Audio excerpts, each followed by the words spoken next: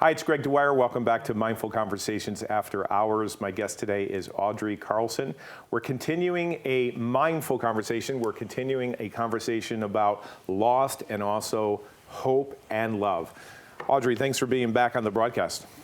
Well, it's wonderful to be here. Thank you for having me. So last time we talked, you said the phone rang. You picked up the phone. It was a miracle. You get a phone call from this group called Voices. Is that the name of it? It was a phone call from the Brooklyn prison in Brooklyn, Connecticut, where they were looking for a speaker for their Voices program to talk to their prisoners. Wow. And, you know, I'm a member of the club nobody wants to belong to, which is the survivors of homicide. Right. And apparently they got my name from the roster and asked if I could fill in the next day. The very next day? The very next day. You're not writing a script, you're just showing up and speaking from your heart. Can you show up tomorrow? We have 100 speakers. Can you come and tell your story and share? Wow. And I was pretty much taken back. Oh, yeah. Very surprised because it was the assignment that I had just gotten an hour before from Bernie. From Dr. Bernie Siegel. Wow, that's amazing. And it was... Gives me chills. I had chills, and I called Bernie, and I said, how did this happen so fast? He said, well, I've got this direct connection to the chairman of the board. Right, not Sinatra. And it's not Frank Sinatra. He said, I put it out there for you, so you're going to go tomorrow, and you're going to ask those key questions that you came to me. Wow. The first question was, can people be born evil? Right. And he quickly answered, absolutely not. It's in the absence of love that people do bad things. Go to the prisons and ask the prisoners yourself. So I said, you got to be kidding. He said, I'm not kidding. And then that afternoon, the phone rang with the assignment, just like that. Magic. That's wonderful. It was one of the most powerful, validating miracles that he put it out there, and he made it happen in an hour. So I accepted graciously. Right. And tried not to prepare too much, but I had just gotten an assignment. I was enrolled in the Graduate Institute for Integrative Health and Healing. Right. So the assignment for that day was a Buddhist poem, The Beginner's Mind. Wait a minute. Take me back. What did you say to the group? Well, wait. Oh, okay. Wait. That same day that I got the phone call, I'm still home, and I got an assignment from school. Okay. On the Buddhist's mind, and it said something, this was key. Oh. No judgment, just love. And there was one other thing, it's the It'll come beginner's back mind. It will come back to me, but basically to love, no judgment, no judgment. Right. Just to be. To be. How do you do that? So I took a lot of practice. Okay, all right. A lot of practice. All right. So I hopped in the car and I drove to Brooklyn, Connecticut without a script, without anything. I just had to trust that all the answers we seek come from within. Yes. They would come out, I would ask my questions, and everything would fall into place as it should. Right. So I got there, and I have to admit, I was a little shaky. Sure. Because I had never been with 100 prisoners that all showed up in orange jumpsuits. And I had to find a way, honestly, to not allow my mind to play games with me so that they didn't look like Jonathan, the guy who killed our daughter. You read my mind. I had to find a way to say that he is not here. Right. These are 100 other individuals. Right. So they all came in, they lined in, they sat down, and I plunked myself on one of those industrial tables with my feet dangling to keep myself very comfortable. So I said to the guys, here's the deal. I didn't know I was coming until yesterday. And I don't know how this is all going to go. I'm going to tell you my story, and I'm going to ask you some key questions because I'm doing a master's program, and one of my assignments was to ask you were loved. How many of you believed you were loved? But we're not going to get there. Okay. I told them my story, and then I asked a number of questions, and I said to them, first of all, I need you to understand, I'm not judging you. I do not want to know your name. I don't want to know what you've done. But by the same token, I'm going to give you the same respect that I hope you'll give me back.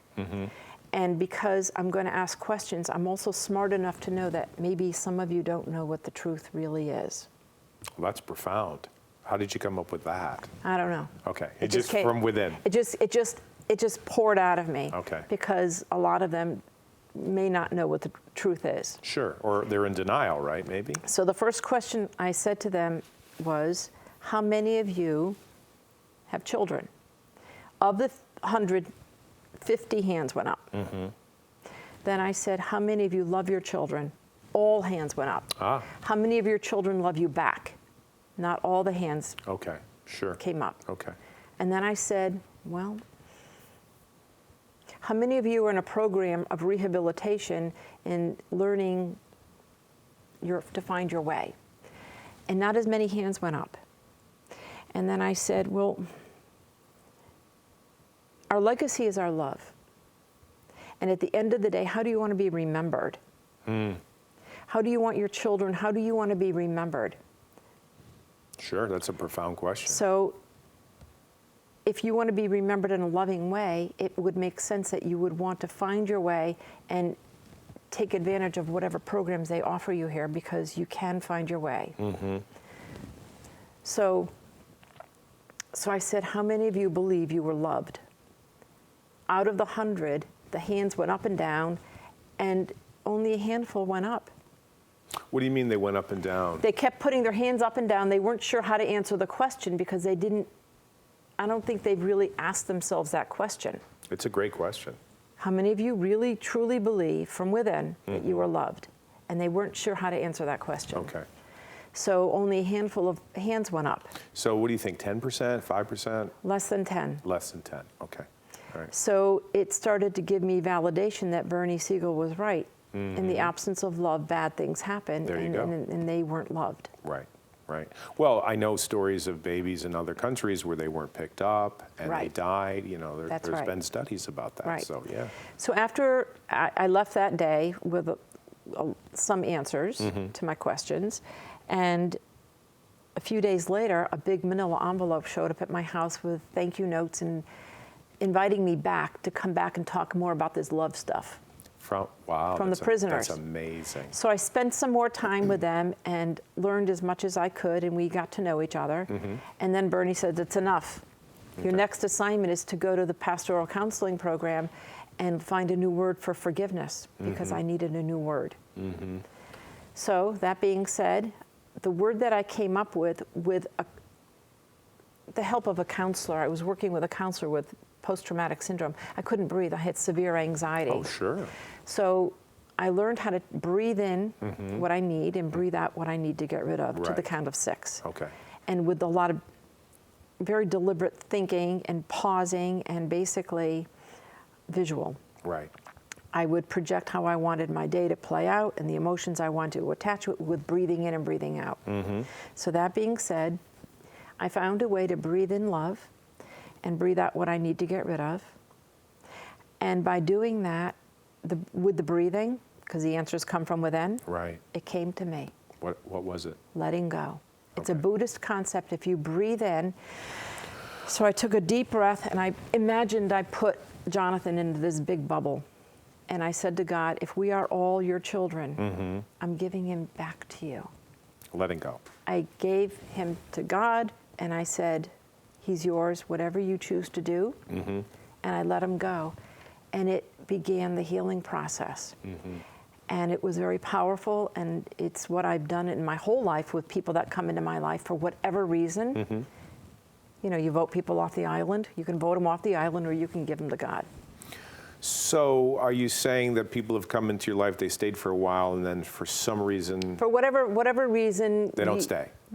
For whatever, you know, the people that you want to grow with, the people that are loving. Yes. And then there are people that are toxic, people that drain you, people that deplete you. Right, right.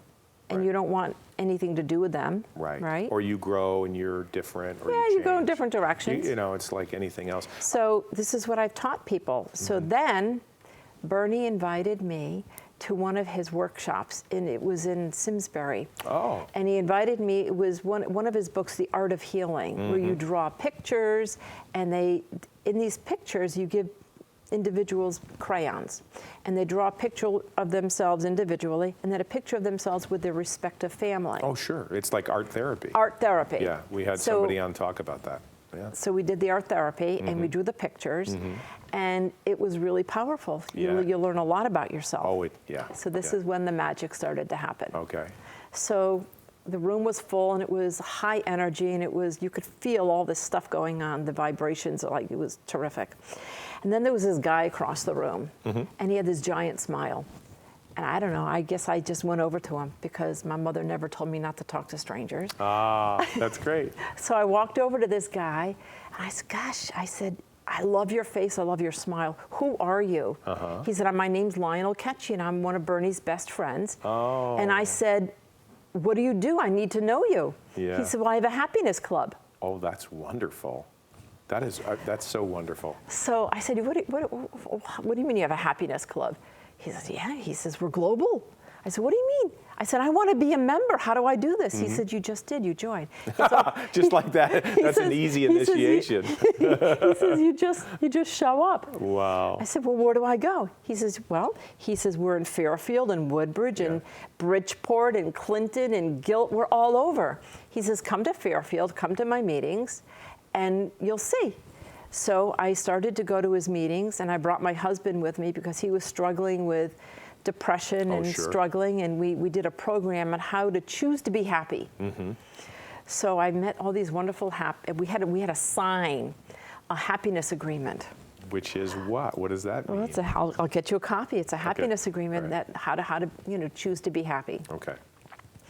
So I said, well, I'm pretty happy. I said, but gee, if I could be even happier. Right. Oh, yeah. Who doesn't want to be happier? I said, it's the one contagion that we all need in this world. Right. Right? Right. So after I started going to his meetings and learning more, it started to happen again, that magnet that was pulling me, this interest again, and I had to go back to school. Right. So I learned about a program that was taught through Kripalu, which is a yoga institute up in Lenox, Mass. Oh, I know it. Yes, I've been there. Kripalu and Dr. Tal Ben-Shahar, who taught happiness, positive psychology, through Harvard, had one of the biggest classes ever. Wow. Was teaching with Dr. Maria Surratt and a number of others, and it was just under a 2-year program. And so I said to Lionel, I'm going back to school and I'm going to get certified in positive psychology. Wow. He said, go for it. Okay. So I did. Okay. And at the end of the program, you had to have a culmination project. I said, what am I going to do? What am I going to do? I don't know. So Bernie says, all the answers you seek come from within. I want you to go for a walk and you will find the answers you need. So I went for a walk and I said, we don't have a happiness club in Hartford. This is how it all organically happened. Right, just unfolded. So I said, wait a minute. Yeah, I could have my own happiness club. Right.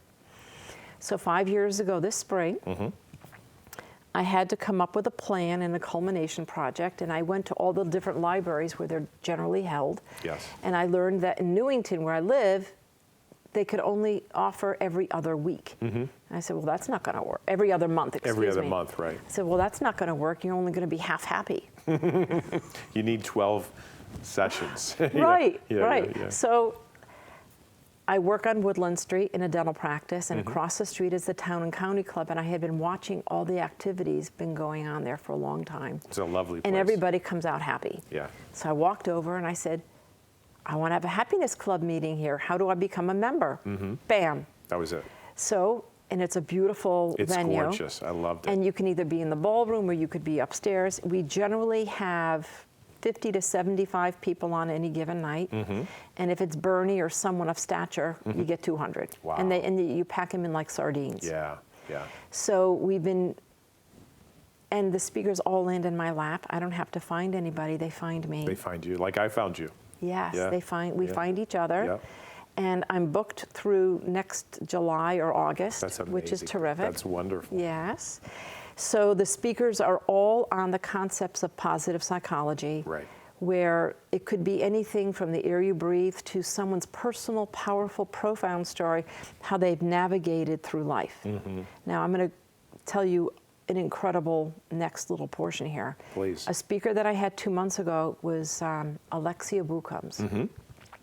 Alexia is from this area, and 20 years ago, a tree fell on her car. killing her husband and her 6-year-old son. Oh. Dr. Alexia, her husband was head of psychiatric care at Hartford Hospital, and her 6-year-old son. She's left wheelchair bound. I met her. And she told a very profound story of her blessings, how she looks at her life, how she's not defined by what happened, Right. but rather how she's made choices, much like I had to. Wow, that's a great story. Well, it gets better. Okay. So another one of my speakers, Barbra Kerwin, who is a glass artist and a physical therapist, has a shop in Guilford, Connecticut. She has just partnered up with a woman. Her name is Lauren. Lauren is from this area, but she also is from Colorado. Lauren is a PA and a physical therapist in neuroplasticity, how to rewire your brain Right. to heal and restore health. They used to think that the brain was set, but now it's discovered that you can actually There's a whole change other it. world out there. There is, Right. within you. So here's how it all comes together, and this just happened like 2 weeks ago. Okay. So I invited Alexia Bookums, who was my speaker, to hop in her car with her handheld devices and her wheelchair, drive to Guilford, and listen to a lecture that this Lauren was having on the people that they have restored their health through verbal confirmations and a lot of physical therapy, and they're walking today.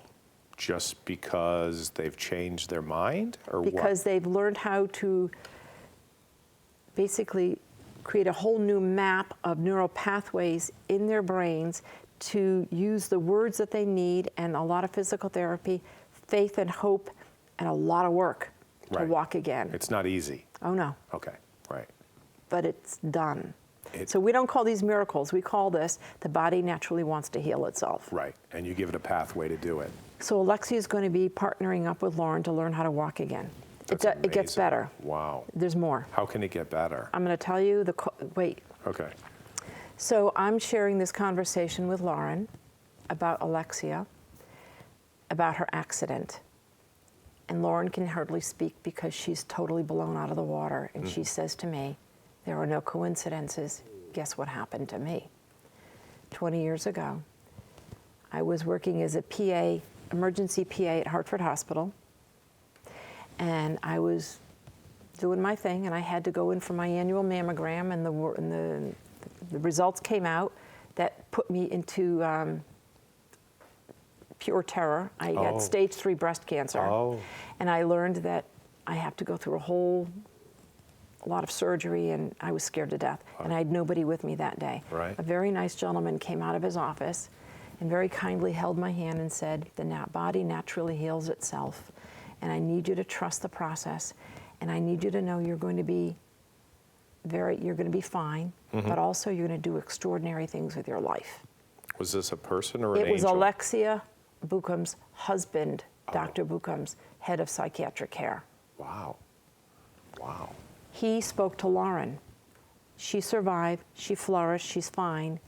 20 years later, Lauren is going to be treating his wife, who's wheelchair bound after that, because he was killed 3 Right. days after the conversation she had with him. Right. Right. I'm tracking you. I'm following So you. Yeah. they meet, and I have to believe that this was all intentional from another power above. There's a different map. There's a different meaning, and we don't know. Yeah. That's right. Right.